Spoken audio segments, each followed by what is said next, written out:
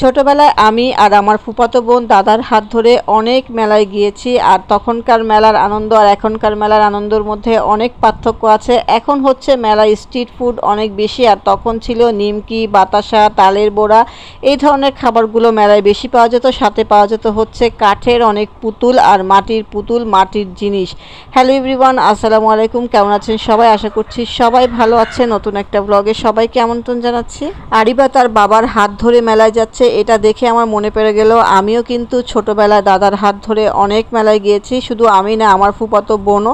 আমার দুই বোন হচ্ছে একসাথে মেলায় যেতাম। যখনই মেলা হতো দাদা আমাদেরকে প্রত্যেকবার মেলায় নিয়ে যেত। সেখান থেকে আসার সময় আমরা প্লাস্টিকের পুতুল, মাটির হাঁড়ি পাতিল, তারপরে হচ্ছে কাঠের যে ছাপ দিত হাতের মধ্যে ডিজাইন করা, সেগুলো দিয়ে আসতাম। মেলা থেকে বাসায় আসার সময় নিয়ে আসতাম মিষ্টি নিমকি, তারপর নুনতা নিমকি আর হচ্ছে তালের বড়া। এখনকার মেলায় তো হচ্ছে অনেক ধরনের স্ট্রিট ফুড পাওয়া যায়। তো আজকে বাচ্চাদেরকে একটু ঘোরাঘুরি করতে মেলায় নিয়ে আসলাম। প্রচণ্ড গরম পড়েছে, চিন্তা করলাম বাসায় থাকার থেকে একটু মেলা হচ্ছে ঘুরে আসি। আজকে মেলায় এসে আমি একটা জিনিস অনেক বেশি খুঁজেছি, সেটা হচ্ছে টমটম গাড়ি, যেটা 4টা চাকা ছিল মাটির, আর মাঝখানে ঢোলটা বানানো হতো কাগজ দিয়ে। তারপরে হচ্ছে দুই সাইডে 2টা কাঠি থাকতো, সেই কাঠির মধ্যে একটা সুতা বাঁধা ছিল, সেটা টানতে টানতে আমরা সারা রাস্তা দিয়ে হাঁটতাম আর বলতাম টমটম গাড়ি। তো সেই টমটম গাড়িটাই খুঁজছিলাম আরিবার জন্য, কিন্তু পেলাম না। আসলে এখনকার মেলায় মাটির কোনো জিনিসই নাই। মাটির নকশা করা মাছ, পুতুল, বক, গরু, অনেক সুন্দর সুন্দর জিনিস পাওয়া যেত। এখন তো মাটির কোনো খেলনাই দেখলাম না বাচ্চাদেরকে যে দিব। আগে তো অনেক মাটির খেলনা ছিল, মাটির হাঁড়ি পাতিল ছিল। তো এখন তো সব প্লাস্টিকের জিনিসপত্র, আর বেশিরভাগই হচ্ছে ব্যান্ড, ক্লিপ, এইসবের দোকান দেখলাম।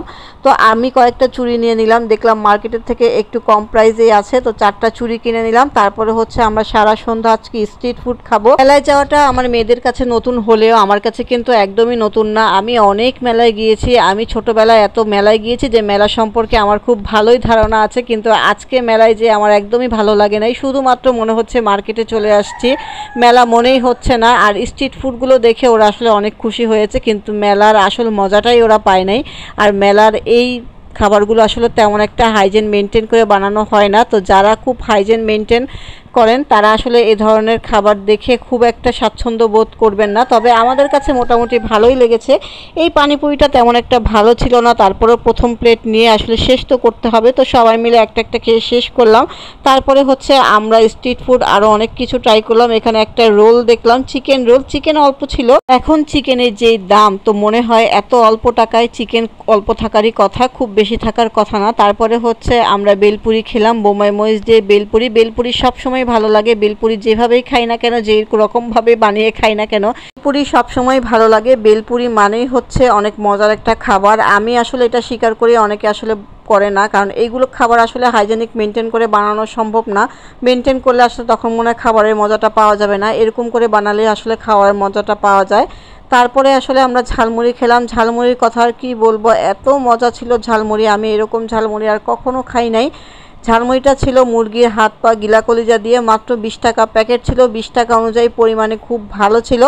সাথে একটা মুরগির পা দিত, একটা গলা দিত, একটা মাথা দিত। তো এইগুলা পেলে আর কার না ভালো লাগবে বলেন।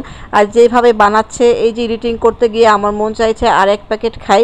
আমি তো এখান থেকে খেয়ে গিয়ে তারপরের দিন আবার এখান থেকে নিয়ে খেয়েছি, আমার কাছে অনেক ভালো লেগেছে।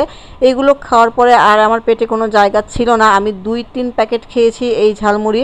তারপর হচ্ছে আমার বোন বললো যে ফুচকা খাবে, তো ফুচকাটা আসলে পার্সেল নিয়ে নিয়েছি, ওরা যা বাসায় গিয়ে খেয়েছে। আমি আর খাই নেই, ফুচকা খাওয়ার আমার পেটের জায়গাই ছিল না। তো আজকে এই পর্যন্তই। কেমন লাগলো আমার মেলার ব্লগ অবশ্যই কমেন্ট করে জানাবেন। ভালো লাগলে অবশ্যই ছোট্ট একটা কমেন্ট করবেন। আজকে এই পর্যন্তই, সবাই ভালো থাকবেন। আল্লাহ হাফেজ।